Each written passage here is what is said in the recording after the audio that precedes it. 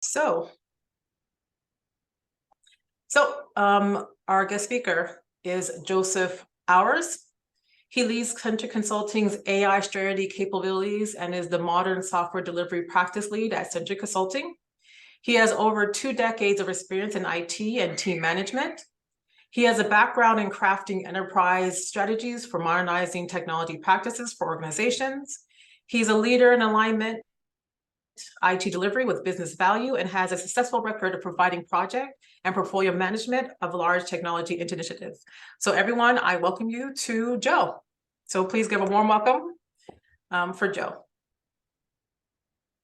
Thank you. I definitely appreciate the warm welcome here and appreciate you guys for hosting me. AI is let me share my screen here. Hopefully, there we go.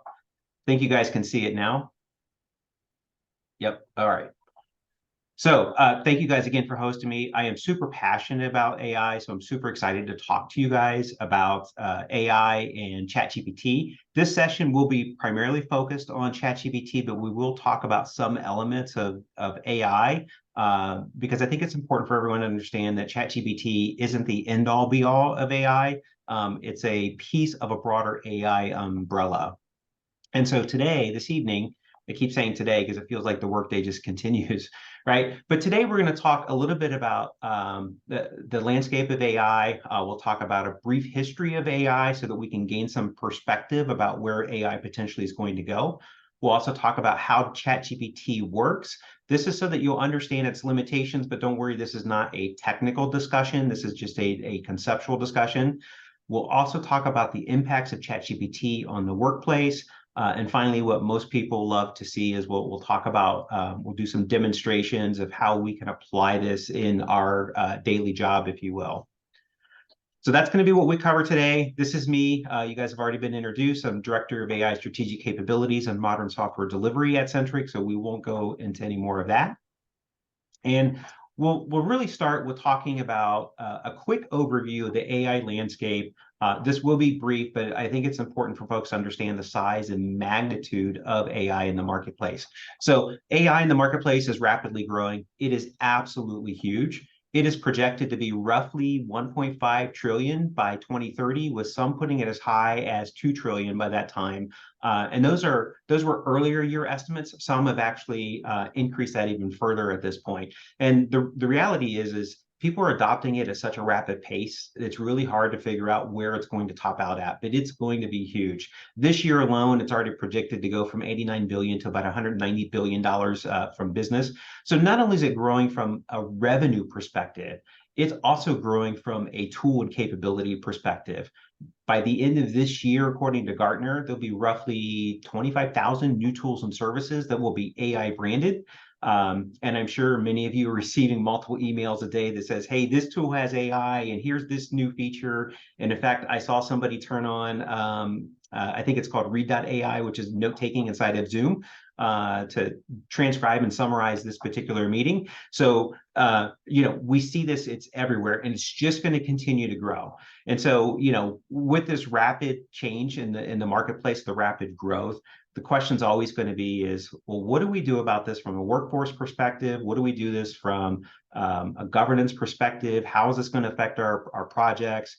Are there any additional things that we need to do? There are additional concerns that executives have regarding risk management, governance, and et cetera. But all of us really have a personal responsibility to practice and use AI properly, in addition to just the organizational guidelines, because we now have the ability to use it at our fingertips, unlike anything that we've had before. And so to kind of see where the industry is headed, let's go back a little bit and talk about where the industry has been. So we've been using AI for a while. We just haven't realized it. So, I mean, even going back as far as 2002, Roomba came out with AI inside of their vacuum, right? And I'm sure most people are familiar with Roomba, the self-driving robot that vacuums your house. And if it runs over something wet, all it does is drag it through the house, right? But AI was built into Roomba, and it was really built as a tool to solve a problem, right? People want to vacuum, but nobody wants to vacuum. So can we do it autonomously? Built in AI, released it. But what's interesting is that is using AI within a tool to complete a task. It's not like we can take AI out of a Roomba and put it into a Kirby vacuum cleaner or a Hoover. It is tied to that Roomba, and really to that specific Roomba, let alone the Roomba brand overall. And so this is a field that I call narrow AI because it's AI that is super task specific. And by the way, as we go through here, this is really according to me. This isn't, this isn't pulling from Gartner or anybody else out there. This is just sort of my analysis of what AI is sort of look like. So that's the area of narrow AI, which is really around task-specific productivity. So from there, right, Netflix came out with their recommendation engine, still very narrow, task-specific. But then we segued into virtual assistants with Siri and Alexa coming out. And in this case, this is still kind of narrow AI, but it does a series of somewhat related items. Siri and Alexa both take speech and convert it into some sort of minor action that's contained to a device and is very programmatic. You can't break outside those bounds. Very little creativity to it. You can ask it to dial a friend. You can ask it to send a text message. In the case of Alexa, you can ask it to add stuff to your shopping list. And I apologize if I set off your home devices if you're at home by accident. I've done that on accident before. But this area is what I call categorical AI because it's still, AI doing a series of tasks, but they're also very categorical, in place. If we advance through history a little bit, just, what are we looking? 7 years ago, Tesla came out with autopilot, right? Sort of made its debut, but we're still in this area where we have AI inside of a tool that performs a task for a purpose. I can't take Alexa out of its Echo device and put it into a Google device, right? So people come up with these competing services. So, moving beyond this, we started transitioning from task-specific productivity into a little more organizational productivity when we started seeing AI start to outperform humans in very specialized tasks. So Google came out with DeepMind, Harvard had some AI advancements, and we saw some public news stories about AI. And so it's really at this point where AI starts outperforming humans that people start to take notice, and we start to see AI released into organizations for organizational productivity. And I want to be clear, this is not, this was not an inflection point, because many organizations, especially super large organizations, have been using AI in some capacity, but they've still been using them much the same way. I've got a specific task that I'm trying to get a specific outcome for, and so we're using that. And if we start rolling that out to an entire team, we start getting organizational productivity, not just individual productivity. So, but this is the point where AI really starts to get noticed in organizations, right? The organizational productivity boost. So in 2020, what was interesting is ChatGPT was actually released in 2020. Most people, aren't really aware of that. But ChatGPT 3 was released in 2020. It sort of made a minor splash with some fun fanfare, but it wasn't until March of 2023 that ChatGPT sort of went viral. And this was a watershed moment, not because it was generative AI, although that was a leap in technology. It was because it was accessible to everybody and useful to an individual to their unique needs. And so this is what the era I call a personal productivity. And this is why it's different, because it's a combination of a huge technological step forward combined with an extremely wide accessibility net is why it sort of had this big viral moment here. And so ChatGPT is your personal assistant. You can use it for what you need. You're not confined to using it within a specific application or within a specific tool. You can take it, have it write emails. You can have it come up with recipes. You can have it analyze things, right? So it is your personal assistant. And so releasing it to the masses all at once, along with generative AI, is sort of what was that, large viral moment that we had here. And one thing that I like to tell people as we think about technology and technology advancements, there's a concept, and I forget who the author is who said this, but technology advances at an exponential rate. And so when you have that, you see very, very small increments, and then you start to hit that knee in that curve, and you start to hit the next big leap. And, on a exponential scale, it was totally expected. But humans, we think from a linear perspective. We think 1 + 1 = 2, + 1 = 3, + 1 = 4. And we don't really look at advancements as being exponential unless we look at them in hindsight. So we don't really see these types of advancements coming. And so generative AI was sort of that knee in the curve in the AI field. And so while it was expected from a technological perspective, it wasn't necessarily expected from a human perspective. And so that also contributed to its viral moment. So, this is the area I call, personal productivity. But question is what comes next, right? And to me, that's the exciting part, right? After everything that's been done and where we're at today, people are just now starting to envision what might be possible. And this is one of the hardest things that people have had to adjust to, thinking about what is going to come next with AI. How is this going to affect my job 12 months from now, 18 months from now, 24 months from now? Right. And so just imagine there's some stuff we can do from AI perspective that we haven't even thought about, but we have the components to do today. So imagine for a moment that most of us are familiar with streaming services where we can stream a TV show. And so imagine instead of requesting a TV show, you start requesting a genre and the stars that you want to see, where you want it set, the type of plot you want to follow. So say, I want to see a spaghetti Western set in space starring Snoop Dogg with Martha Stewart dealing with issues of ageism and euthanasia, right? And have that be created and streamed on demand. As opposed to selecting a show, you are creating the entertainment that you want to see. What's interesting about this is we can do deepfake videos today. Many of us have heard about it. We can do script generation, right? Text generation, conversation. We can do audio AI generation. You combine that together. We have the components to do this today. We just don't have the hardware in place to do it instantaneously to reduce that hardware latency. It takes several hours to generate this, but you could do this today. It is conceivable. And so when you think about what this might mean for businesses and the organization, imagine what this might do for the entertainment industry, which is part of the reason that they are striking. But imagine for a second that I don't need a traditional actor. I need a character model, right? I can use a voice actor and create a voice model. Writers don't write conversational scripts or screenplays. They write plots and genres. And streaming platforms, instead of paying for shows and curating them, they become the marketplace where people buy and sell their creations, right? And so that gives you a glimpse to how that can change an entire industry with the use of AI. So, the thing I want folks to understand is AI is revolutionizing the way we live and work, just as the Industrial Revolution did agricultural society, many years ago.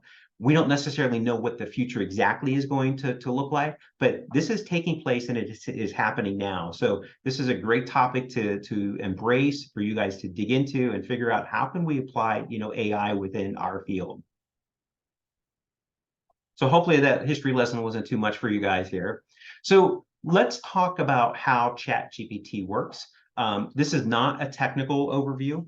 This will be fairly quick, but I think it's important to understand how ChatGPT works, to understand what its limitations are. And so ChatGPT, obviously very powerful. You can see here on the screen, it's built based on GPT-4 architecture. It's got a whole lot of capabilities around contextual understanding, task-specific knowledge, code generation, creative writing, etc. Is developed by OpenAI. You can now access it through Microsoft and an Azure tenant as well. But it is a large language model that generates text based on language. And so there's a lot of technology that goes in here. But when we can ask it for a prompt and get information back, unlike we ever could before, it's really impressive what it can do. But let's talk about how it generates those responses to our prompts. And let's go back to something that most people are familiar with. And let's look at language and predicting words, if you will. So many of us may have heard of T9 predictive text, right, as the old school way of doing texting, where you press like the number 2 key like 3 times to get the letter C to show up.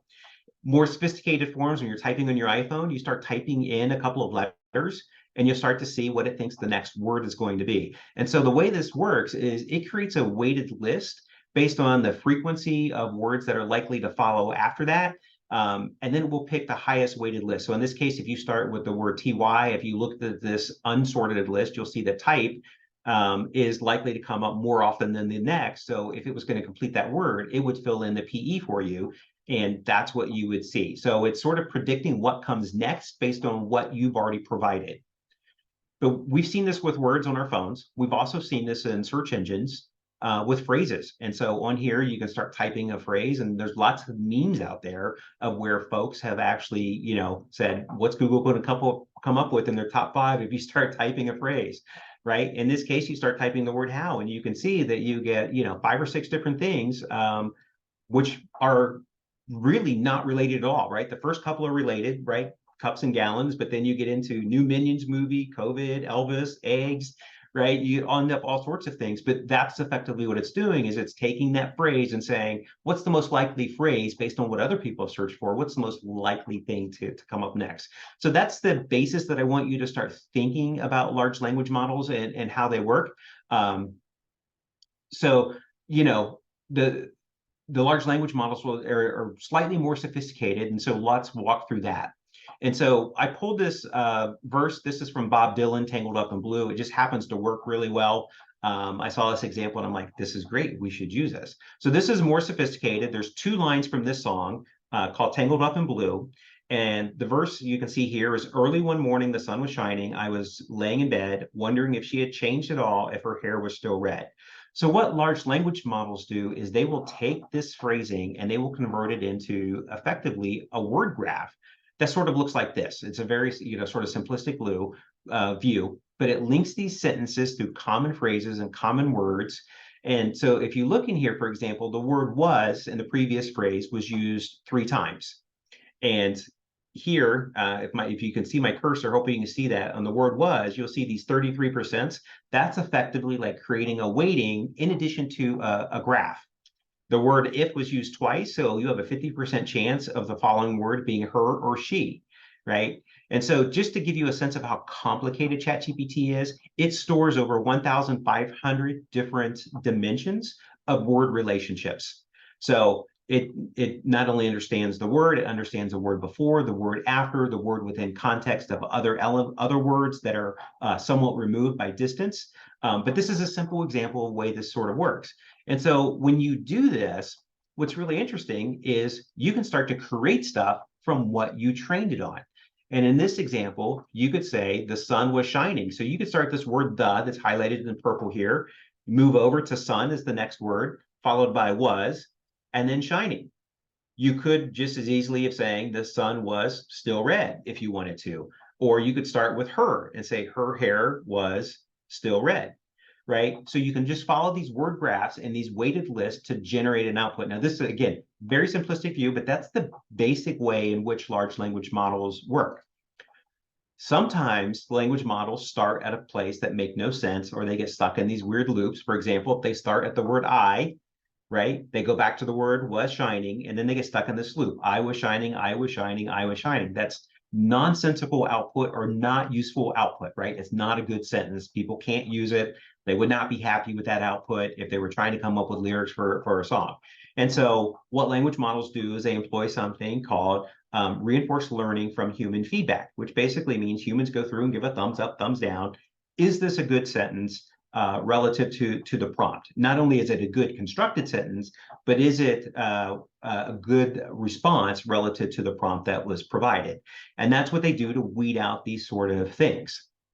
So what we have to understand is when ChatGPT, does this, it is generating output. It is not pulling regurgitated output from the web. It is creating output based on these word graphs, these weighted lists, and all these different dimensions. So they generate an output based on a response, which means you run into this concept of something that people call a hallucination. And this is a limitation of ChatGPT that I think everyone needs to be aware of.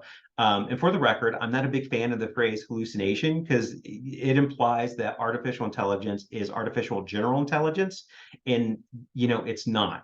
It also implies the language model is doing something that it shouldn't, which it is. It is actually generating output. So the best example I can think of is ChatGPT is basically a giant Mad Lib book, except it's trying to provide you a story that makes sense, not one that makes you laugh.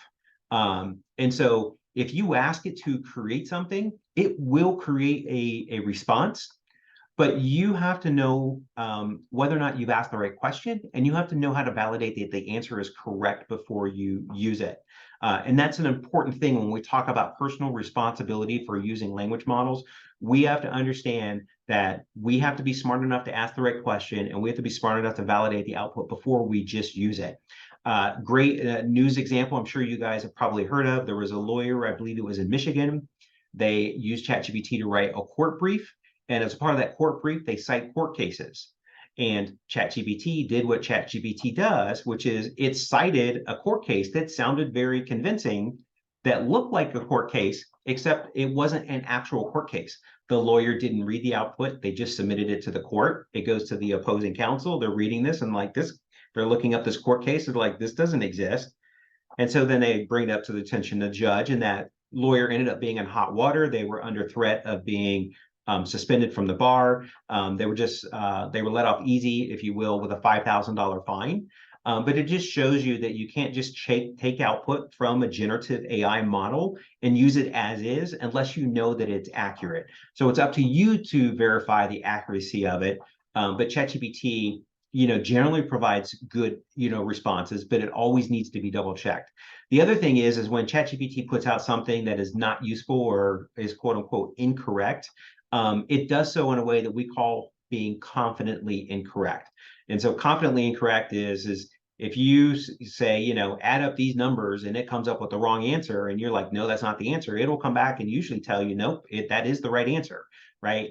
And then until you ask it to explain its work, we'll see that it made a mistake and, correcting it. So the couple things that you guys should be aware of is if you ask ChatGPT a research question, you will get a made-up research answer. And this includes everything from cited sources to statistics. So please don't do it because it will look real, because it's trying to generate a response that matches what looks like would be a good response. But that doesn't mean that it actually researched information and provided that. So just be aware of that, that's important. The other thing is, don't let AI be your replacement for human connection, right? As project managers, the connections you make, the relationships with your team, colleagues, peers, leadership, and the collaboration that you foster is absolutely vital to the success of the organization and your project. People are still your most valuable asset, but AI can make them really, really productive when used really well. So let's talk about that productivity that AI can bring to your organization. So, again, because it's revolutionizing the way we live and work, it's also reshaping the way we live and work. And it can be disruptive. So, we have to factor that into account, factor in, people and change management or organizational change management when we're leveraging AI tools. We never want to implement AI in an organization and make them feel like that they're being replaced in any way. AI is there to augment people. It doesn't work well by itself, but it works incredibly well with people. And so from a productivity perspective, one of the reasons that people are so interested in it is, there are numerous studies that show that ChatGPT can boost productivity by anywhere between 14 and 40%. And so I like to use this as the +2 analogy. I like to say it adds roughly 2 years of experience to every skill or job of an employee, meaning if you've never written code before, you could be nearly as effective as somebody who's been writing code for 1 to 2 years. This is both good and bad, right? It's good in that people become more empowered. They can do things that they've not been able to do before. In the case of this code example, the code is likely to work. It's likely to be usable, but it's bad because if you've ever known somebody who's in the first 2 years of your career, there's a lot of mistakes that they make because they're naive, they're inexperienced, they're not necessarily the best, quote unquote, enterprise grade solutions, if you will. And the solution may not be 100% practical, but it will usually be useful. And that's what's important, right? So, in short, this can help make you, faster and smarter when used the right way, but it doesn't make you an expert. And so that's important to look at. So when we look at productivity, we sort of break this down in two ways. And this is a little bit outside the realm of just, project management, but just to give you guys an idea of how this can be used is, AI is a multiplicative effect. And so it can help you boost your organization's productivity. It could also help you boost your personal productivity. And that's some of the stuff that, we're going to talk about.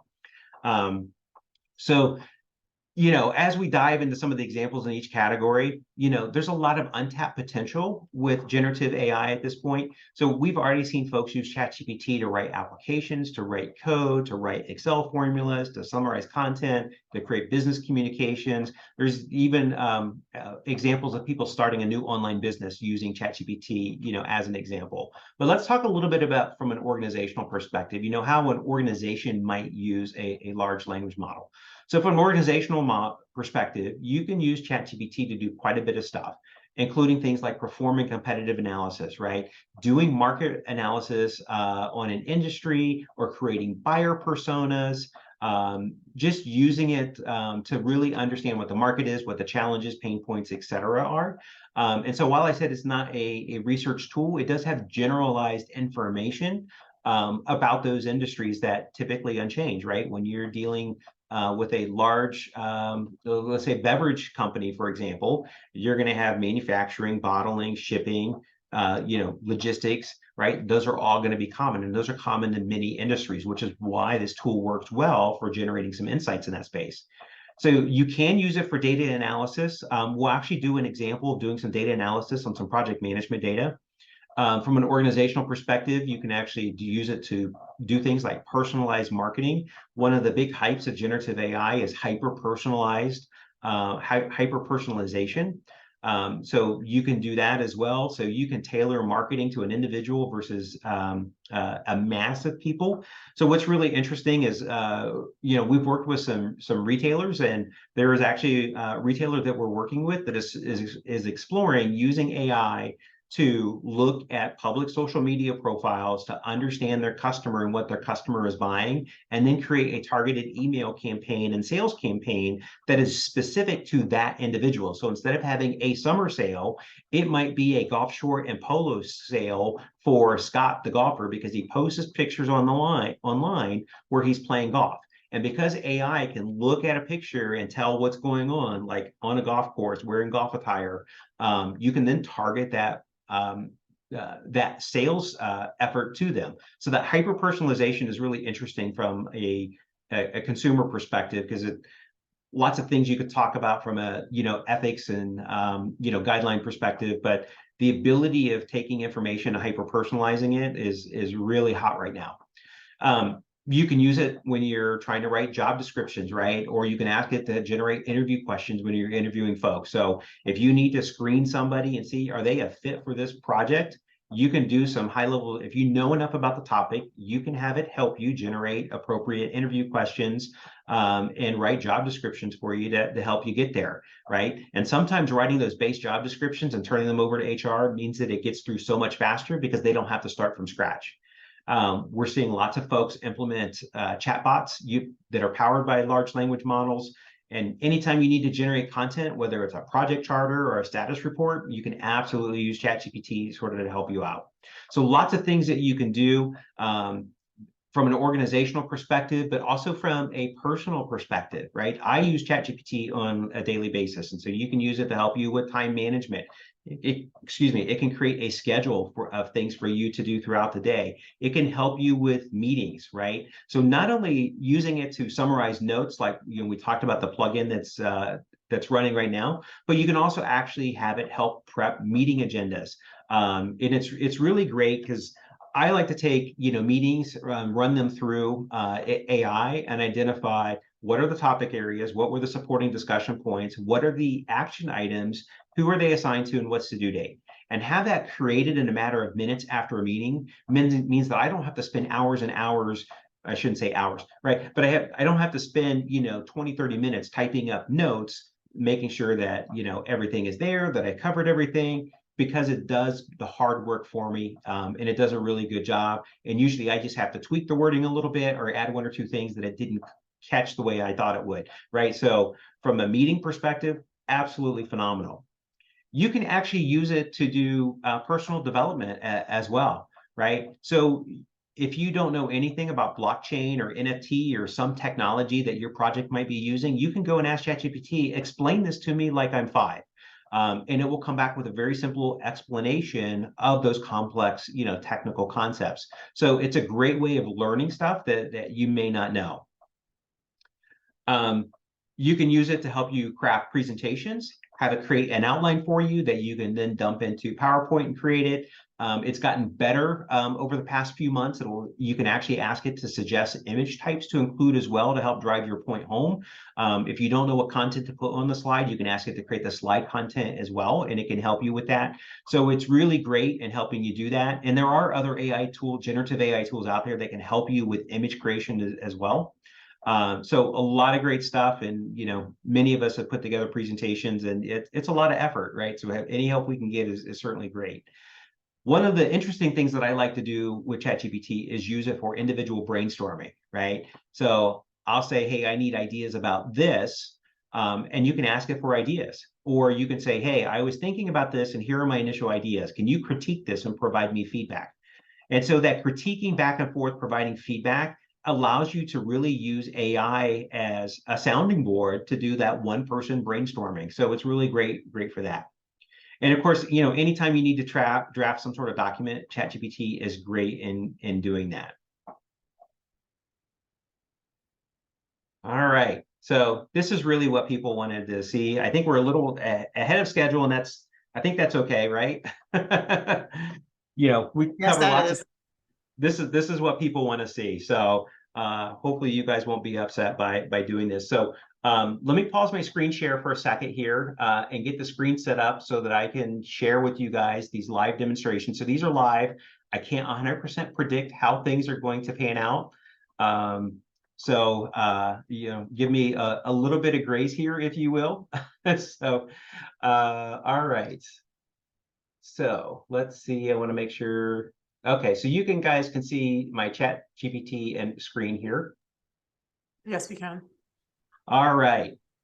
So what's really great is we can use ChatGPT to do a lot of stuff that we might need to do. And by the way, if you guys have something that you would like to see an example, we can try our best to do it live. That's always a risk, if you will. But some of the ways in which we could use ChatGPT is we can use it to help us write charters. We can ask it to create meeting agendas. We can ask it to help us create RACI matrix charts. We can ask it to create workflows. And maybe that's a fun one to do at first. Is let's talk about workflow. And so we can come in here and let's see. We can ask it to generate a workflow. Hopefully the typing doesn't bother you guys, and please don't pay attention to my misspelling as I type here. But let's generate a workflow for making a peanut butter and jelly sandwich with homemade bread. I'm curious about this. I have not actually tried this. And output the response in Mermaid JS. So Mermaid JS is a JavaScript library that lets you use what's called markdown style text to create a workflow. And you can see here, it's going to tell us how to make bread, which is interesting. And we can add stuff to this, and we can iterate over this. So here is the syntax. We could copy this, and it's going to give us an explanation of the process as well. This probably isn't going to be as fun because there's no switching, but you can add switches in here as well. But you can see what it's doing, right? Prepare the ingredients, make the dough, knead the dough, let it rise, bake it, let it cool, prepare the peanut butter, prepare the jelly, slice it, spread the peanut butter and jelly, take a slice, take another, assemble it, cut it, enjoy. So let's see, I believe it is mermaid.live. I know how advanced this must be that it's reminding us to stir the peanut butter and the jelly in case contents have settled in the jar. Touche. Yeah. So here we go. So it created this flowchart for us. So I just took that code from ChatGPT, brought it over here, and now we have our flowchart, right? Prepare the ingredients. We can do these things in parallel, right? It didn't quite read that way when we're reading it, but it does plot that way, right? So here's everything that we need to do for the bread, and we have to take a slice before we can assemble the sandwich. Now, I will say that this is a little out of order, right? This would need a little bit of tweaking because down here we've got prepare the peanut butter, spread it, take another slice. That should really be over on the bread side, I would think. Prepare the jelly, spread the Joe, jelly. I'm sorry for interrupting. Can you show your original prompt again? Because I was looking for where you put the mermaid.live in it and I couldn't see. Oh, mermaid, I see it. You have mermaid.j. There it is. Thank Yep. you. Yeah, no Thank problem. you. Thank So you. that's one of the great things about ChatGPT is you can ask for output in a wide variety of formats. You can ask it for like a technical format like JSON. You can ask for it in a table. You can ask for bullet points. I just know that, this is really great. Doing Mermaid is great for a quick visual. And if you just wrote down what the flows were and what things were related to each other, and said, can you generate whatever I just described? It would actually do that for you. And create this. So I really love this tool, and it's free, right? And then you can just copy and paste this into your document as you need to. So that's one of the fun things that you can do with ChatGPT. And just out of curiosity, we didn't set up a poll. Apologies for this, but I'm really curious how many folks have used ChatGPT. How many folks use it on a daily basis today for doing things? And that would be really interesting. Maybe if you guys want to put some information, in chat, that would be really interesting. But one of the other things that you can do is, let's say you've got a busy day and you're like, well, how am I going to sequence everything? What do I need to do? More importantly, what things am I forgetting and not forgetting? So you could ask ChatGPT. Let's see, I will give you a list. I'm looking over to the side here because that's what I'm presenting my screen on. I'll give you a list of tasks that I need to complete. And I would like you to put them in a time table for the day. So my day will start at 6:30 a.m. end at 7 p.m. because that's just, how life goes. Here are my tasks, right? I'm just going to put a list of tasks, right? Maybe I want to write a blog, schedule, social media posts, conduct a webinar at 6 p.m., go to the gym, read the latest AI blogs. Oh, I should also put in here, eat lunch. So just putting this list of tasks and putting in here, it's going to go through and it's going to create a list of things for me. So what's interesting is it's now like, okay, here's the task, and it thinks it's going to take around 3 hours to write a blog. I didn't tell it I needed 3 hours, right? It thinks I need 3 hours based on some of the information it's been trained with. It's probably not wrong. It takes a little bit to write a blog.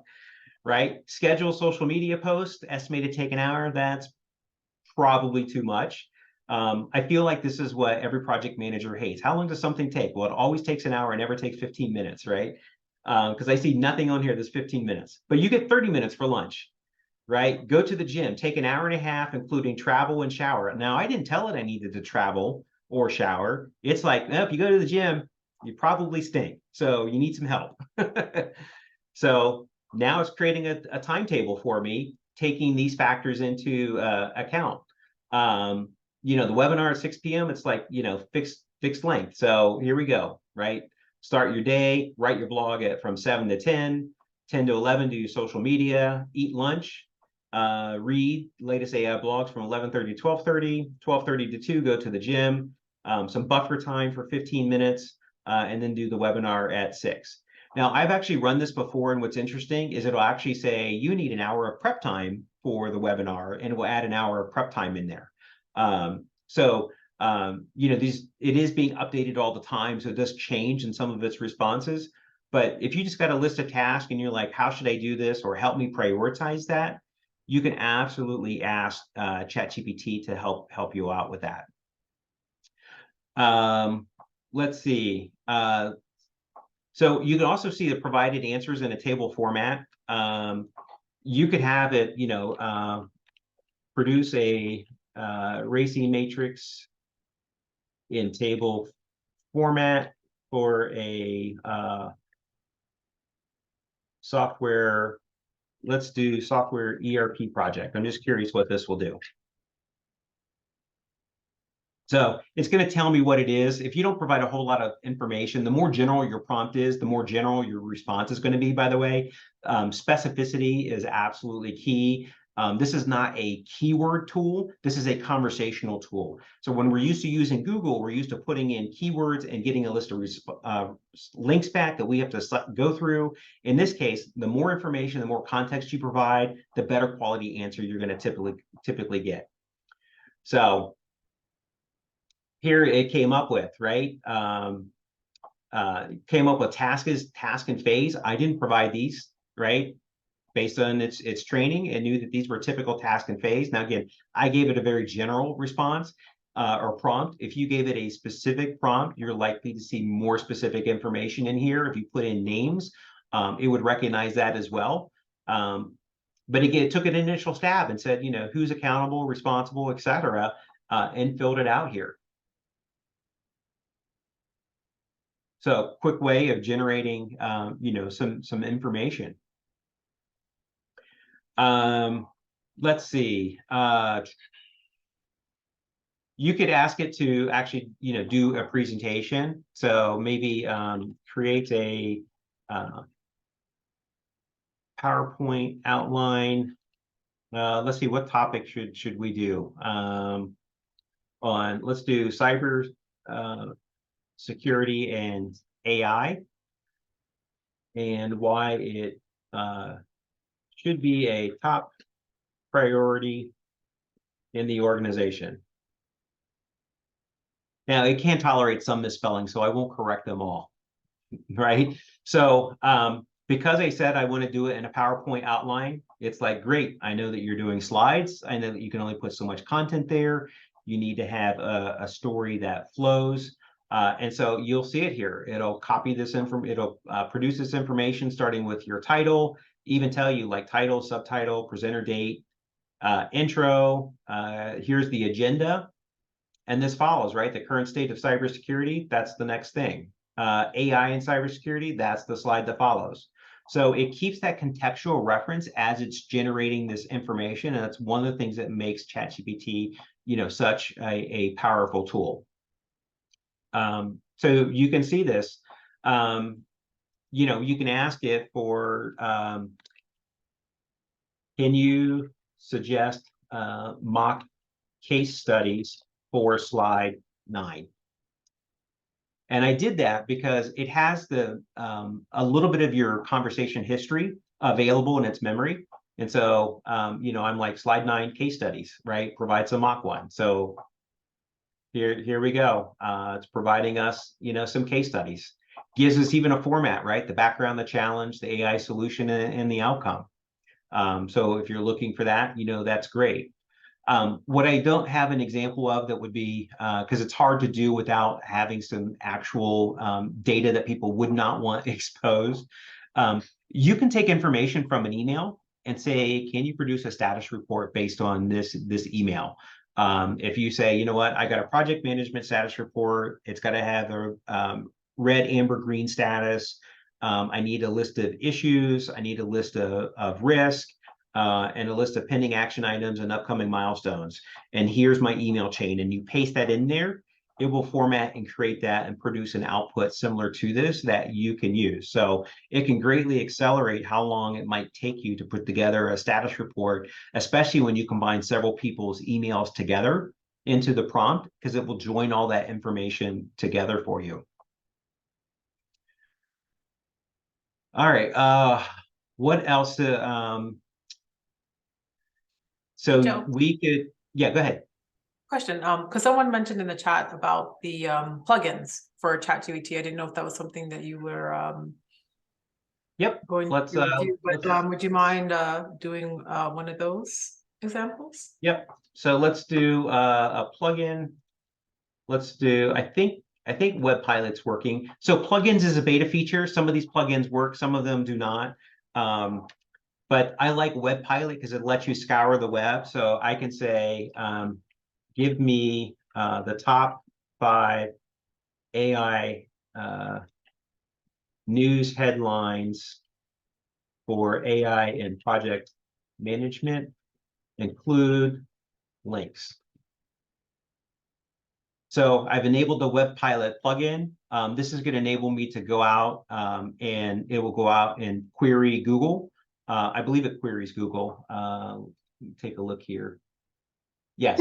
Could you walk us through one more time how you enabled that plugin? Yeah, let me let's let this well, it finished running and it said I couldn't find anything. So Web Pilot does not appear to be working because I can tell you that it produced output here. So we'll come back here. So we go to new chat. So this is our chat window.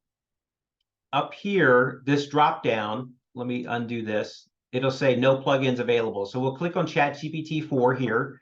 It only works with 4. 3.5 does not have access to plugins. So you have to have the ChatGPT Plus subscription. So you have ChatGPT 4, you click on that, you have this little window that pops up, and you can use default, which is your basic chat. You can do your advanced data analysis, which we'll do here shortly, or you can do plugins. And so I click on plugins, and when I do, I get this button here that says no plugins enabled. So I can click on this plugins, and I have a list of plugins, and you can enable up to 3 at once. And there's a lot here. So you can scroll to the bottom and you'll have this plugin store. And it'll tell you which ones are popular, which plugins are new. You can look at all of them. So one that's more likely to work is, I think, Expedia. So Expedia has one. So let me enable Expedia and say, find me a trip to Las Vegas from Columbus, Ohio on November 2nd, first class. Because I can't afford that, but you know, anyway, we can dream. So when you enable these plugins, sometimes you have to say a keyword like go out to the web or do a search or using the name of the plugin. Sometimes you have to do that. Sometimes it just knows on its own. The plugin itself is what controls that more than ChatGPT. So you have to read the instructions when you use it because someone will say that. So I said here, you know, Vegas to Columbus. So here's some flight options it found. No offense to Spirit Airlines, but I wouldn't consider them first class. But it'll tell me what the route is, duration of the flight, the cost. Wow, that's expensive. And so what about flights on Delta? I'm just curious. I've not actually played with the Expedia plugin. But you know, it has history, so it's going to reuse some of that information. And this box here is basically like debugging information because it's a beta feature. If you click on this, you'll see like the code that is sent over, what the request was and what the response is. And so here I found some Delta flights. Now, I think it doesn't do first class because it forgot it, but these flights are significantly cheaper. So it's curious that it brought back Spirit the first time. And And, because I asked for Delta, it brought back Delta this time, but not the first time. So I'm not sure why it did that. But the whole idea of plugins is that you can go out and query some other API, some other service, and inject that information into your prompt to give you more useful information. Did that help answer your question Yes. on how to enable it? Yeah. Absolutely. Thank you so much. Okay. And Joe, we got another question in the chat that said from William, copy and paste of work items in ChatGPT are a security concern, loss of risks there. Can you describe these risks? Yes. Well, I mean, you described the first one. So the risk is what we call leaky data. And so let me give you the history of it, because it has changed over the past 6 months. The risk profile has changed significantly. But let's go back to March when ChatGPT was first launched. Their data privacy policy was that they could use your prompt and the response for future training of a model. And there was a news article that was released that Samsung engineers were trying to debug some tests that they run against their virtual computer chips that they're designing. And the news article led to believe that that data had escaped outside of Samsung, and the term leaky data was coined. And the idea is that the way it was described is that data was pasted in ChatGPT that somebody unrelated to Samsung happened to see. That's not exactly what happened. Samsung was never allowed to paste their data in because their security protocols snipped it out, prevented them from pasting that data in. And Samsung themselves are the one who wrote the article about the concerns over leaky data. But there is, concern about people just taking any old data and pasting it into a language model and not knowing what the data privacy policy is. What I can tell you is that the updated privacy policy now, which was updated back in May, June timeframe, is that ChatGPT does not use your prompts or the responses for future training of their models. They do retain it for 30 days for abuse and misuse monitoring. So if you're abusing their system or they're misusing it in such a way, asking for things that they feel are inappropriate, they will monitor that. And if it's a trend, they will actually ban you from their service. So, this is where corporate governance comes into play, where you need to establish an AI usage policy across the organization. And then you need to train your folks to be AI literate on what can be pasted in there and what cannot be. I work for a consulting firm, so we can't just paste any old client's information into a language model, even though we know what the privacy policy is. There's just, so many unknown risk, and we don't have an MSA with ChatGPT. We have a consumer agreement.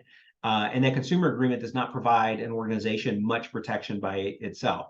So in response to that, we encourage organizations to establish a governance team, establish usage policies, train their folks to be AI literate, and then determine which AI tools will be available to them and provide training on how those tools should be used for their job.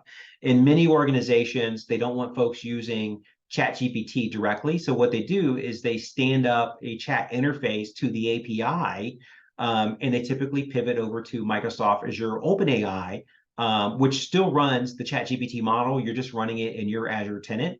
That way they have control over the data and it stays within their bounds. In case somebody puts something in there they wouldn't want, they still have that control and data protection in place. And Microsoft has a few other data privacy policies and security controls in place that if OpenAI has, they don't make publicly known. I believe that they do because OpenAI was trained on the Azure tenant in a data center in Iowa. So I believe that they have it. It's just not part of their public profile, whereas Microsoft has said, we have these specific privacy and data controls in place. But it is important to train your folks to be AI literate and to understand your personal responsibility in using this and using AI tools. So that's definitely very important. So hopefully that answered your question. If you have a more specific question, I'm more than happy to address it. But that's the broad strokes version. And then we got one other question, Joe, that said, how recent is the data that GPT uses? And then she noted from Maria, is it dependent on the free or paid versions? So the recency of the data is September of 2021. That's when it was last trained. Just to give you guys an idea, it costs roughly $10 million to train a model. So this is not something they're going to be updating on a quarterly, maybe not even on an annual basis. Once you have the model and it works, you have the model and it works. The data recency is the exact same, whether or not you're using the free version versus the paid version, whether or not you're using ChatGPT 3.5 or 4.0. They were all trained on data curated as of September of 2021. That is also true of the tenants that operate in Azure under the Azure OpenAI services as well. So yes. Now, the way to bring in recent information, like I said, if it had worked, is this going to load? Come on. Was through plugins, and so conversation history is not loading. So Web Pilot. The way this plugin works is it goes out and search Google and then gets the results back, and then it injects that information in here. I'm finding it interesting because Google did return some information. So I'm looking at what was returned. That's a lot of text. Maybe it's because they don't have anything on AI. So maybe if I change this to give me the top 5 AI headlines today. And we'll see what this comes up with and see if it returns a response.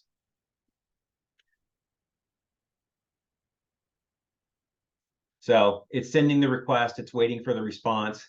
You could actually take that quote, if you were so inclined, you could take that URL and paste it in a browser and get these response.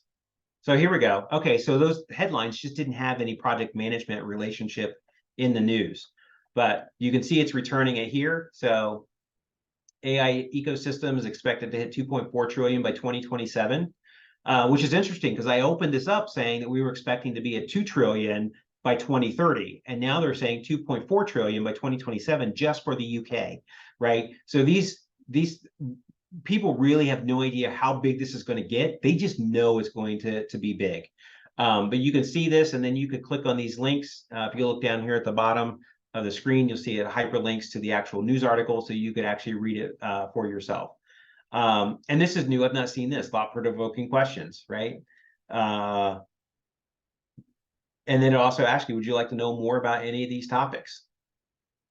So, sort of, interesting responses here, but this is the way you inject new information, into your prompt.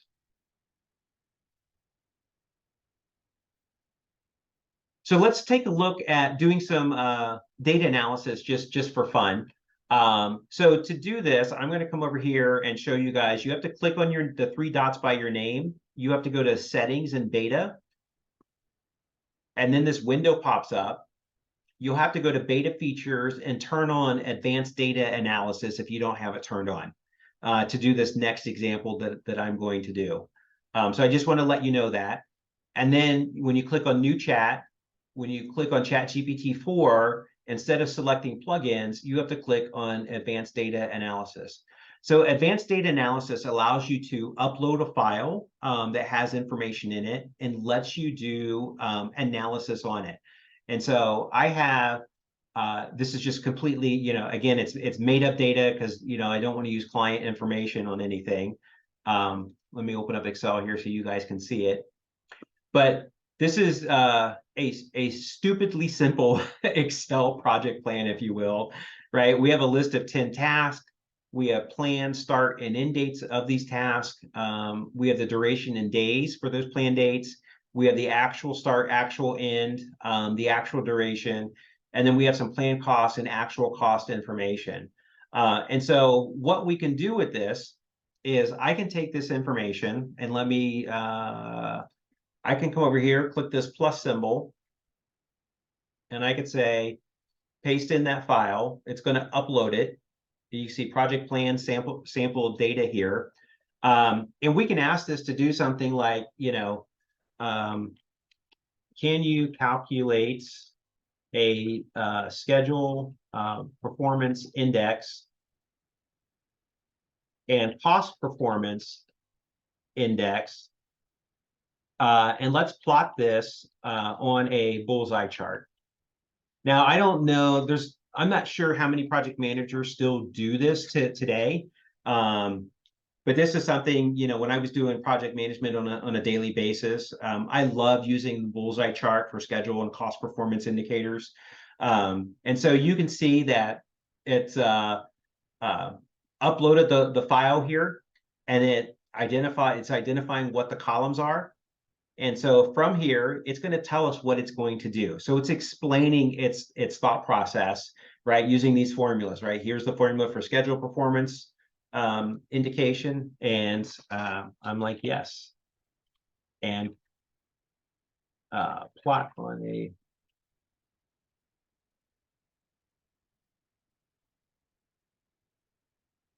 So as you can see, it does have some issues with rendering these math formulas here because it's using special markdown and sometimes it doesn't render properly. But you can see, it's a fraction of planned cost divided by, actual cost. So, okay, it's going through here and saying, yep, I'm calculating that and I'm doing it on a task level. Now, when I do this, I typically do it on a project or phase level. I don't do it on a task level, but I didn't specify that. So it's like, we're going to do that. So now it's going to plot this on a bullseye chart. And while it's doing that, because it takes a little bit of time to do, if you wanted to see the work that it's doing, it's actually writing and executing Python code in a sandbox. So that's pretty cool because that gives you some pretty advanced capabilities. And so here it goes. So it plotted it and it generated this graph for us of the cost and schedule performance here. And you can see the different tasks and where they fall. Then it gives you, some interpretations like, what's under budget, what's, ahead of budget, behind budget, ahead of schedule, behind schedule, etc. Right? Typical bullseye stuff. So there you go. I didn't have to do anything manually. I didn't have to do any crazy formulas with Excel, create the plot. I'm just like, here's my data. This is what I need. And this is what it produces. So that's, a great tool for folks to use. If you have other project analysis you need to do, if you need to do some, performance, statistics of some way, whether, it's cost or schedule, you can throw it in there, put it in there and have it figure it out for you. Really great stuff. I find personally that exporting data to Excel is the easiest way to go. You can use CSV data. If you're using Project or Clarity or some other tool, usually they have an Excel export, but almost all of them have a CSV export. Great way to upload it and do that.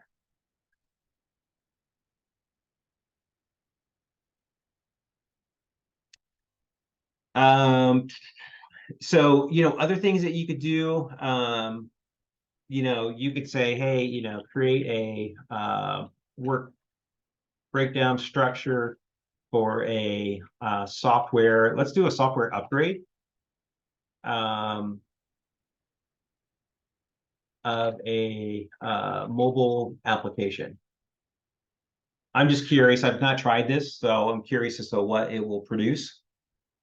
Typically, when I do these, I will separate them into different chats because it does pull in history, and sometimes that gives you some convoluted results.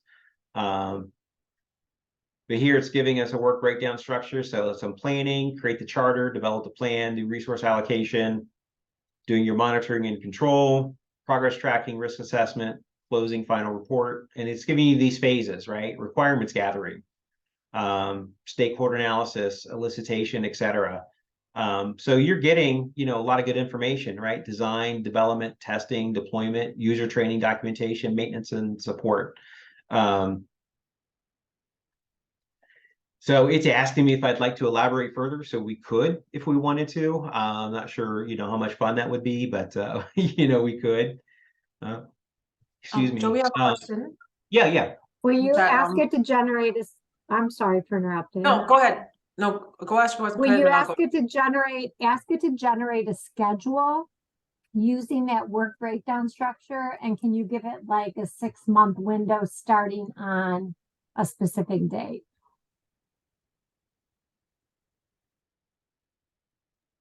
Or if 6 months is unreasonable, you can put it to whatever time frame it should be. I've never done that, but curious. So I'm saying, can you generate a sample schedule based on that work breakdown structure lasting 6 months starting November 1st, 2023? Use your best guess for task. We'll do duration estimates and Perfect. Yeah, that's perfect. sequencing.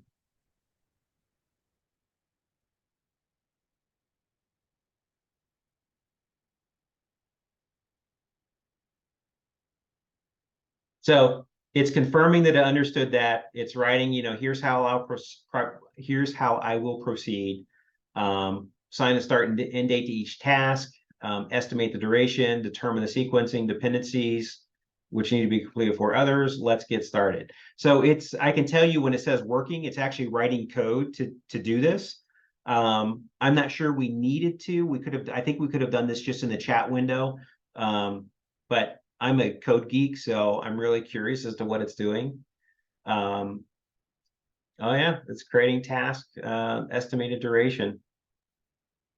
So it thinks it's going to take 8 days to do the project charter, 10 days to develop a project plan. That's great. This is pretty fun. I like this example. Now it's going to do some code to make this happen. So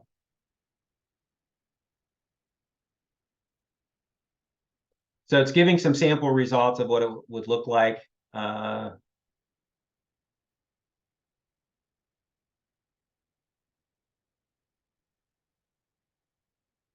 So here's what it is. Would you like to download? Yes. So I want to download the schedule as an Excel file. So it's going to create this as an Excel file for us to download, and then we can open it up and look at it in Excel.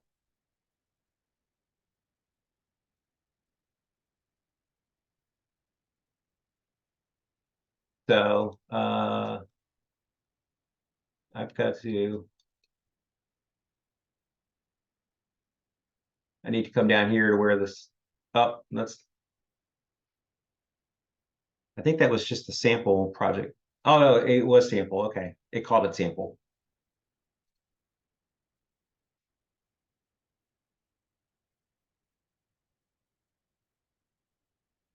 So we'll enable editing because it always does it, turns it off by default. We'll expand this out. I'll make these short dates so they're easier to. It's a good thing I know Excel. You guys are putting me through my paces today.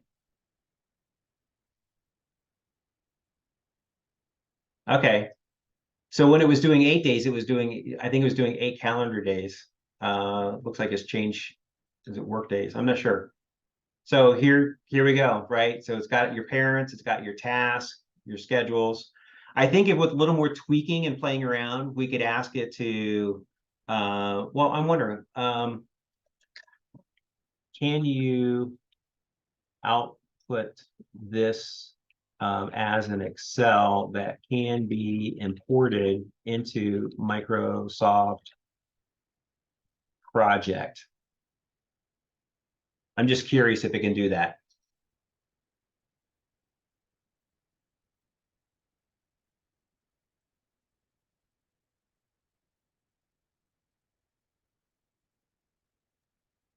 It got the attributes right? The attributes it listed are good. Yep. So it says, given we didn't explicitly define dependencies, predecessors, or resource names in the sample schedules, these columns will be empty. However, including the columns will make it work.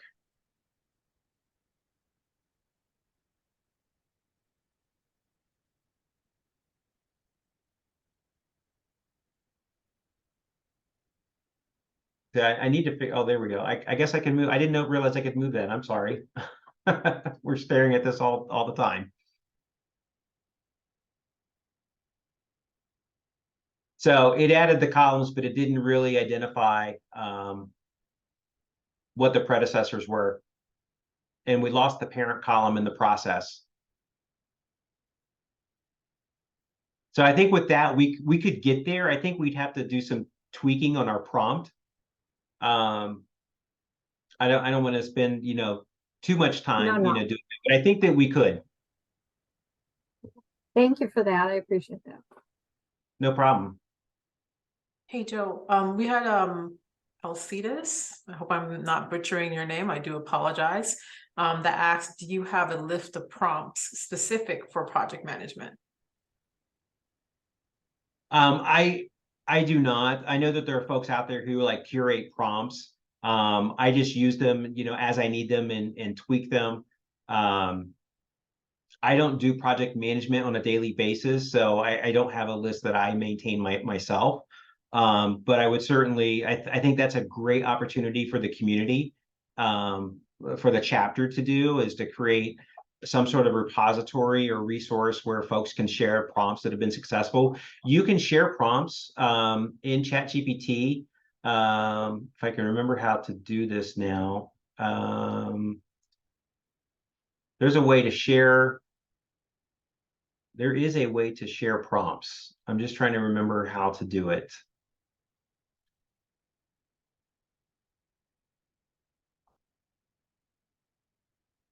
Couldn't you ask ChatGPT how to share the prompt? I could. I don't know if it will know, because ChatGPT itself was created after the training data. So it's not sharing my prompt. You share the chat. Oh, you know what? Here it is. It's in the top right-hand corner. So if you have one that you like that you want to share, you can click this button on the top right by scrolling up. You'll get this will pop down, and you click this share button, and then you'll be able to share this. It'll create a link, and then you can email that link around.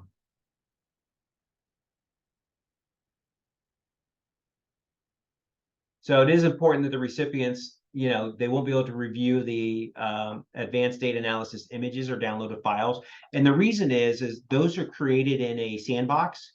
And then, after a period of time, that sandbox is destroyed. And so even when you go back to the chat, you won't have access to those previous files or images because it's an ephemeral entity that's created. So it's best to make sure you download those files now. That's why they give you the download ability. It creates those images, right click, copy, paste it somewhere else for you.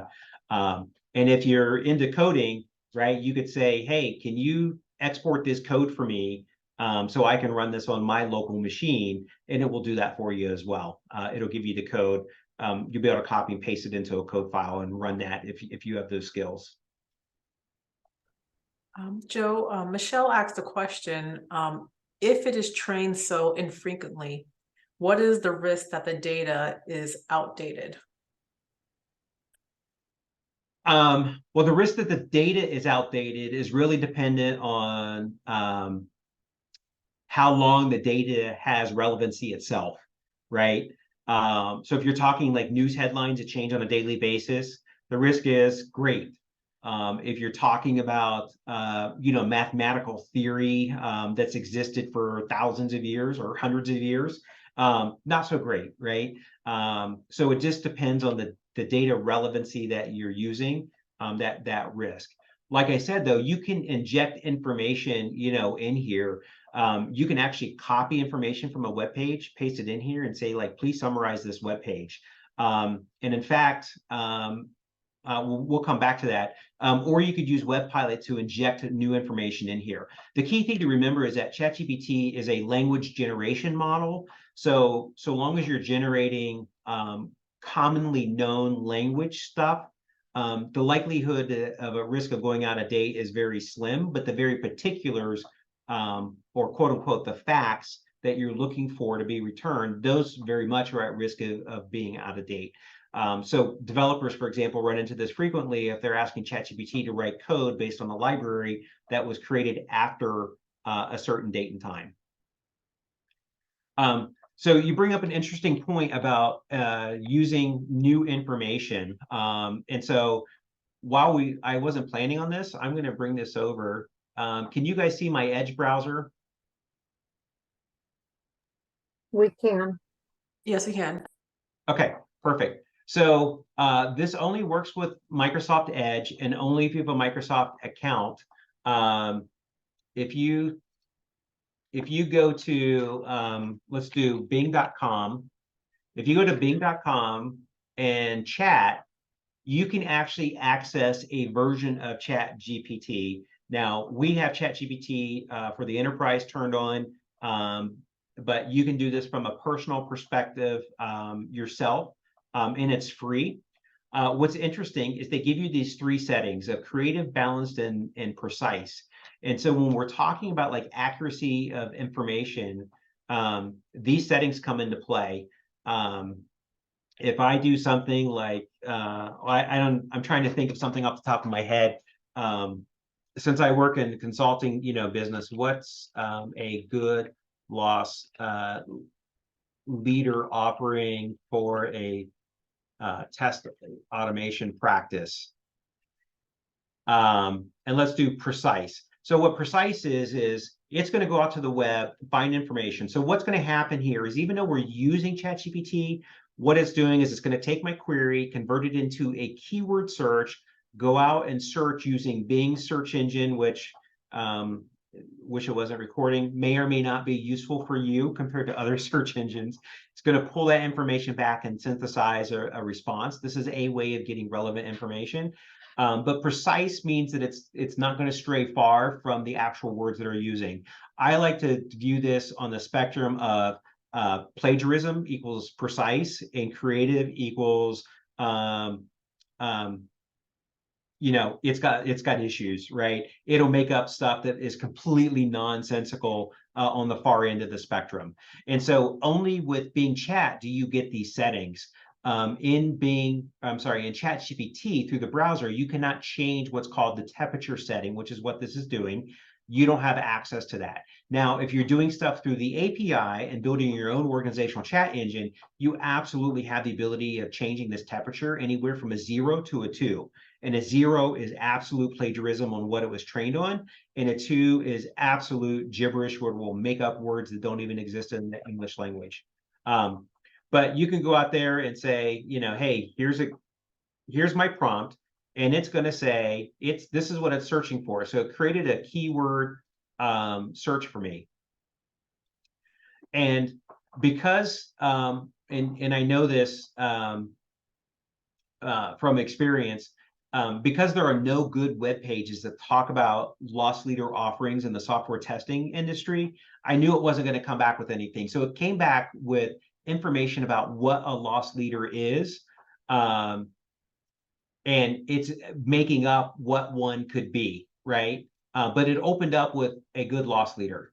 So, whoops, and I sorry. And then it gives you links, right? So loss leader gives you definition, it gives you links, hyperlinks. So this is a way you can verify some of your information. So that's kind of fun to do if you want to do that. So now I got to get out of this chat here. Another thing that you can do is AI news story about, let's do an AI news story about Bard. So we'll go to this AP News article. And what's nice about what Microsoft is doing is they're integrating a language model into the browser. And so if you click this Bing button over here on the right, you still get your prompts for doing stuff. But you can come over here and say, let me type in this prompt if I can. Can you summarize this web page? And instead of copying and pasting it into ChatGPT, which is what most people would do, you can just ask it in here, like, summarize this web page.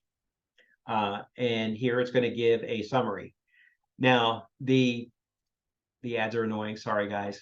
The interesting thing about Bing Chat is it will give you the ability to chat up to 30 times in one conversation.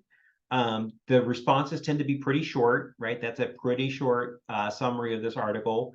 And you're limited to 300 messages per day. Now, bear in mind, you're also not paying for this, but you can do this. But again, you need to have an Edge browser, and you have to be signed into a Microsoft account, whether it's corporate or personal. There is no functional difference between Bing Chat Enterprise and Bing Chat that's available to the public. there is a slight difference in some information it can provide you that might be available inside your organization through the search feature. But beyond that, there's no functional difference in what it outputs. Now, you can also ask it through the browser to write through here to write blogs and things like that, but it gives you very truncated pieces of information because they're trying to keep costs down because it's free. So it's designed to serve a different audience in a different way. But this is a way of going to a web page and just summarizing what a web page is. I know that wasn't part of the thing, but I thought I would throw that in there for you guys. Thank you. It was nice to see. So, Joe, we're at the 30-minute mark. So I don't know if you would like to continue doing some more demos, or if you just want to have I think I hit the highlights. I'd be more than happy to do questions from folks. So we'll open the floor either in the chat, or if you feel comfortable taking yourself off of mute. Does anyone have any questions to ask Joe regarding the presentation?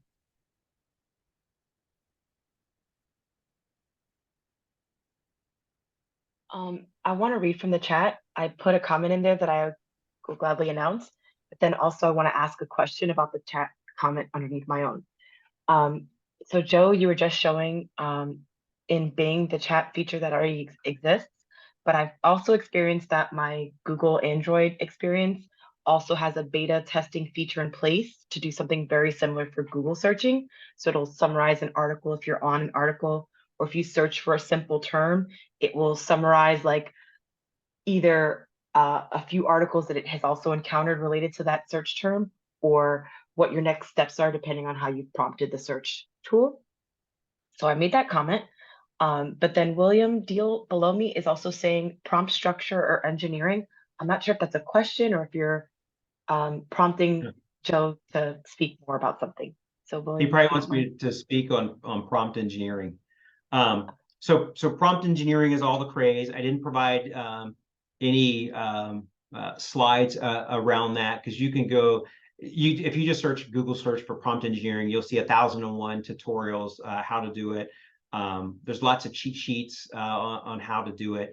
The key to a good quality output is to really focus on a couple of key critical factors, right? Who do you want the language model to respond to? Like, what audience are you talking to or trying to address with the response?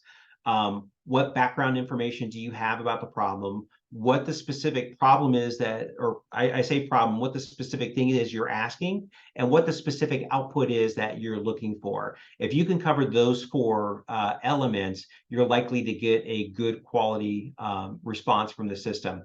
If you don't provide context, if you don't provide sort of an audience or point of view you're targeting, and you don't specify the output format, you're likely to have to go back and tweak it and say, oh, I meant this.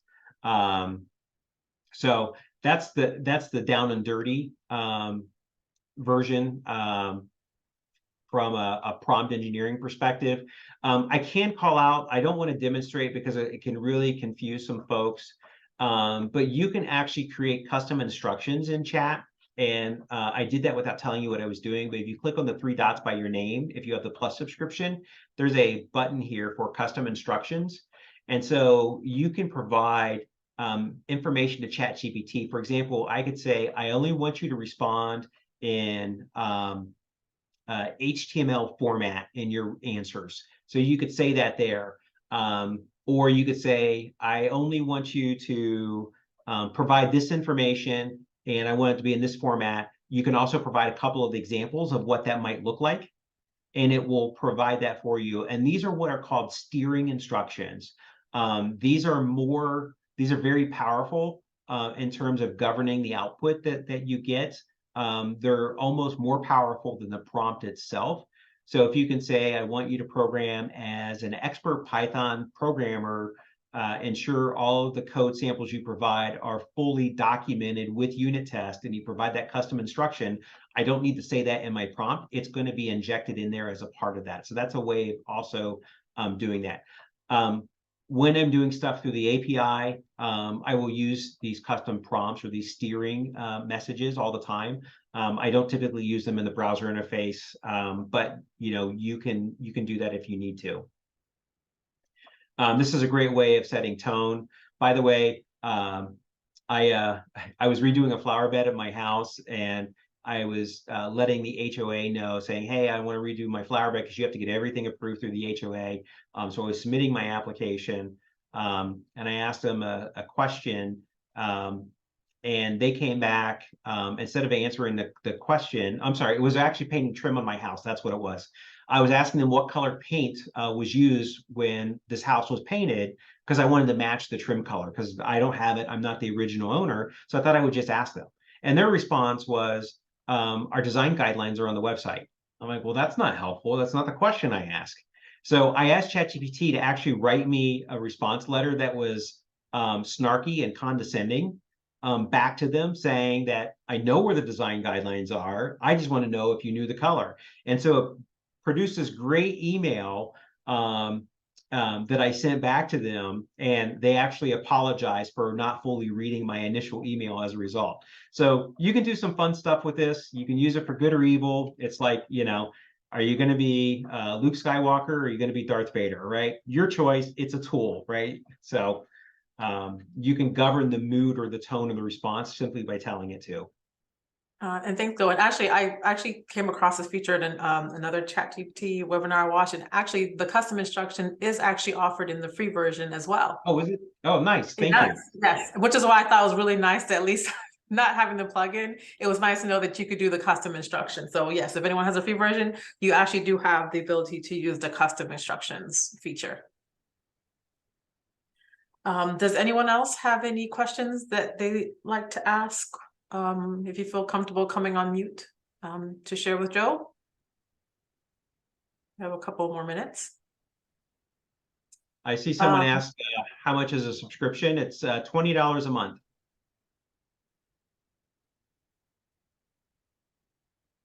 I have another question from Jen. She said you mentioned the level of plagiarism, which is 0 to creative, answers at level 2. What is that called again? That's called a temperature setting, and you can only change that through the API. You can't change that in the browser version.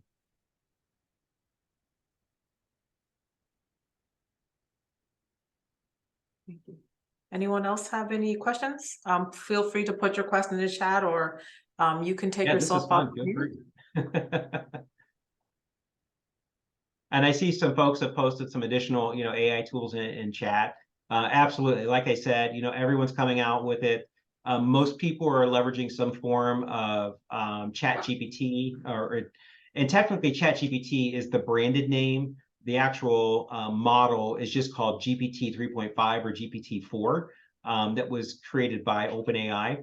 But we're seeing this integrated everywhere. So Evernote has a note summarization feature, note rewriting feature that is tied into ChatGPT. Many meeting summarizers do the exact same thing. They're all tied into the same service. So we see lots of these things coming out. But in the corporate world, we're also seeing enterprise applications integrate AI and large language model, their own version of language models, into what they do. So Salesforce has their AI cloud, and they have ChatGPT. They have generative AI built in with their AI cloud function, NetSuite, et cetera. And of course, Microsoft is coming out with Copilot. If you guys aren't familiar with Copilot, it's going to basically be a generative AI interface within like your Office application. So you'll be able to say, hey, here's my Excel data. Can you produce a graph that shows, schedule variance, kind of like what we did here? You'll be able to do that inside of Excel itself. And that'll be governed by Microsoft's policies. Now, we don't have a release timeline on those Microsoft products. If you go to our website, you can see a webinar and get the latest information around Copilot products. I didn't do that for a plug, but if you want to learn about it, that's the fastest way to get information about the Copilot products, because there's 8 of them. But yeah, lots of tools and services coming out.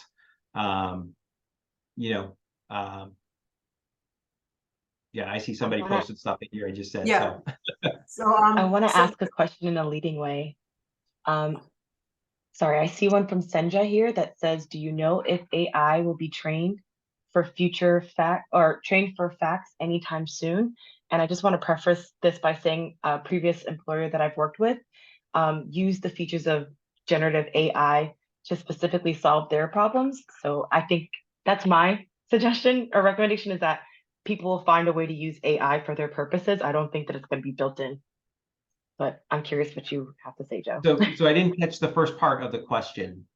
So Senja's actual question is, do you know if AI will be trained for facts anytime soon, like to actually do the research for us instead of just speaking to us? Yes, and that quite honestly would be a different type of AI model. So GPT is a generative model. GPT stands for Generative Preform Transformer. And so from a generative perspective, no, but a different AI model that automates the research analysis, that's already being done now. There are AI models out there that will take prior like drug research and come up with new insights as to what drugs might work for certain conditions. And that's a research-based model, not a generative-based model. I think what we'll see, I don't know the timeline, but I think what we're going to start seeing is joining together multiple AI components, whether it's computer vision, speech, natural language processing, expert systems, recommendation systems. You're going to see those building blocks start to be joined together and have multiple AI systems providing comprehensive output along the way. And generative AI will probably be the steering combining mechanism for that to happen. Somebody, William SC here says, how can companies use ChatGPT in their own environments to use their own systems and data?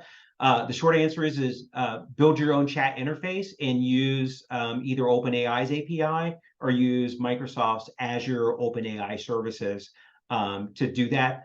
That's something that we do for our clients. We have a pretty standard approach for doing that. What's really interesting is, we do that and we enable folks to chat with their own documents. So you can import your documents and you can start chatting with them. So if you have a long history of, let's say, like lessons learned from like the last, 10 years of project management that are just sitting in Word documents, and you want to know what are all the lessons learned, what are the common recurring themes, right? With building your own chatbot interface and having what's called a vector store for vectorizing your documents, to put that in there, then you can ask those questions of your documents and get that information back.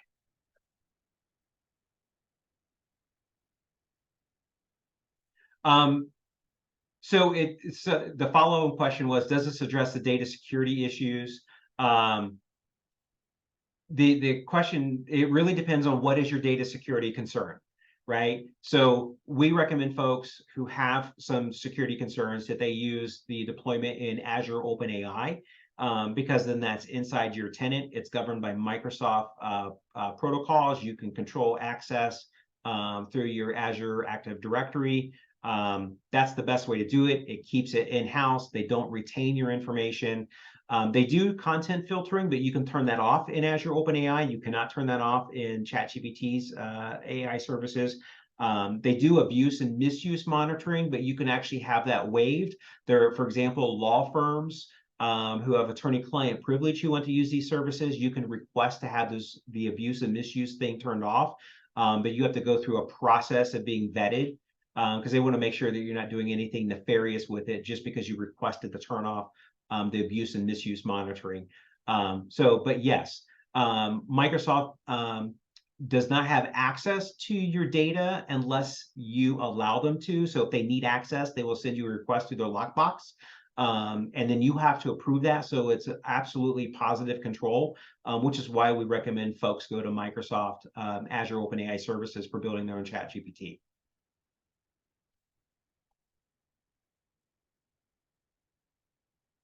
Hopefully that was a lot of information in a very short time on that topic. Anyone else have any questions they'd like to put in the chat, or just come off of mute and ask your question directly to Joe? Just to let you guys know that there is a ChatGPT There's an enterprise ChatGPT that's coming to market. I think it's actually live now. You can apply for it. I've actually written up a blog. We're putting it through marketing to make sure that, you know, I know how to spell words before it gets posted, but it will talk about the differences in services between ChatGPT free, ChatGPT plus, and enterprise ChatGPT, as well as Bing Chat free and Bing Chat enterprise, and comparing that also against building your own model. So I can get that link out to you guys when that blog is published. That may be good information for your organizations.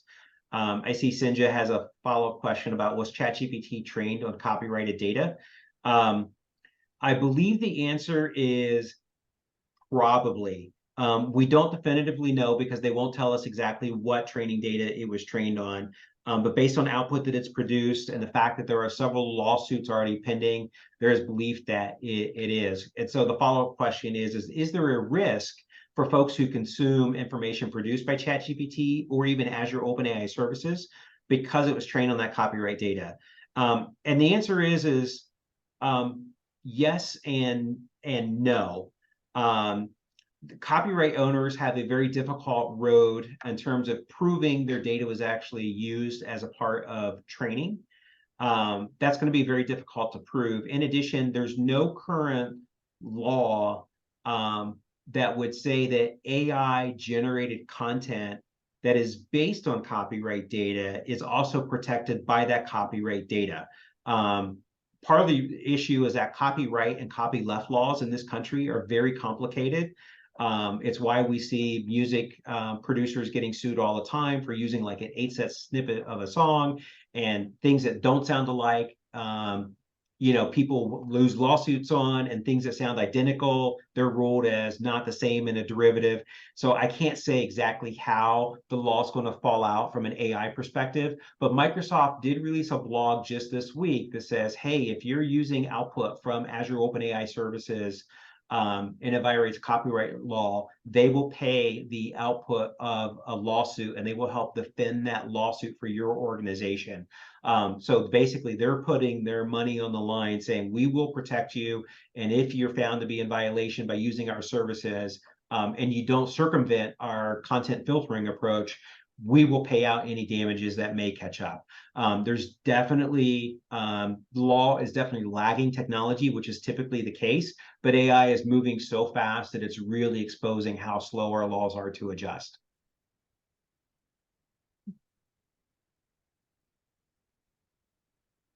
These are great, fun questions. I love them.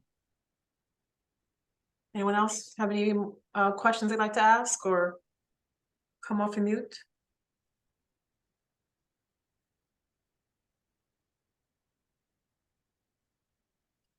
Going once.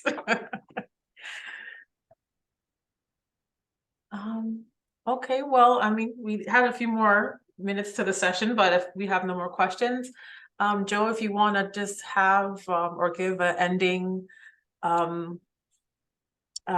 note, and then where can our guests reach out to you if they'd like to connect or have any additional questions? Yeah, feel free to reach out to me. My email address on the screen if you want to follow up, Joseph_Hours@centricconsulting.com. You can also follow Centric on Twitter, and if you post a direct message to them, they'll get that to me as well.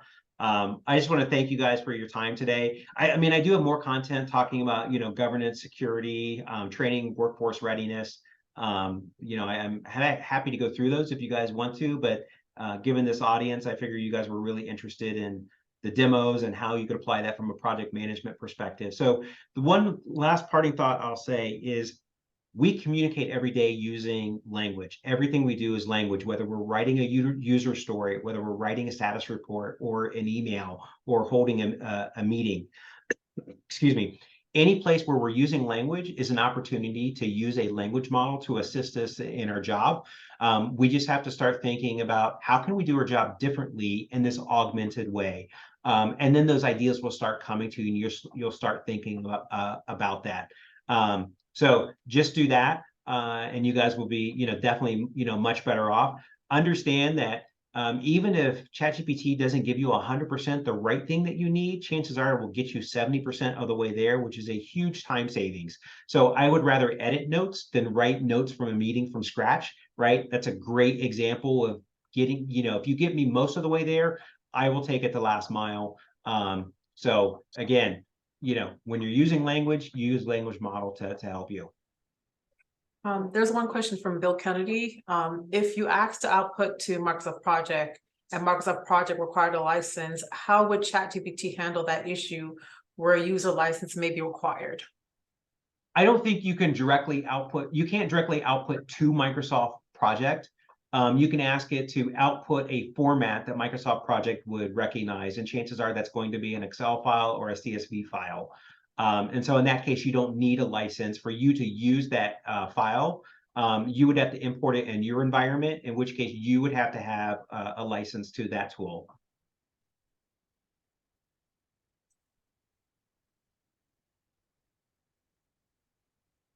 You're welcome. All right, well, if there's no other questions, thank you all for joining us tonight. And as again, a reminder, please look out for our upcoming sessions. And like I said, if you had a chance, please try to register if you could attend our project management conference at the end of the month. And we hope you guys have a wonderful afternoon or evening. And thanks again, Joe, for taking the time for walking us through the AI revolution and ChatGPT and project management. No problem. Thank you guys for your time this evening. It was a lot of fun. I really appreciate it. Thanks for the questions and the interactivity. Remote things can be hard, but you guys made a lot of fun, so thank you. Oh, and this Thanks, also, Jeff. as I see in the chat, PDUs will be given in the next few days. And as well as there will be a survey that will be sent to you by email. So please, if you have time, look out for that email and complete the survey. We'd love to get your feedback to know what type of topics and discussions you'd like to have for our future events. So thanks, everyone. Awesome. Thank you. Have a good evening. Have a good evening, everyone.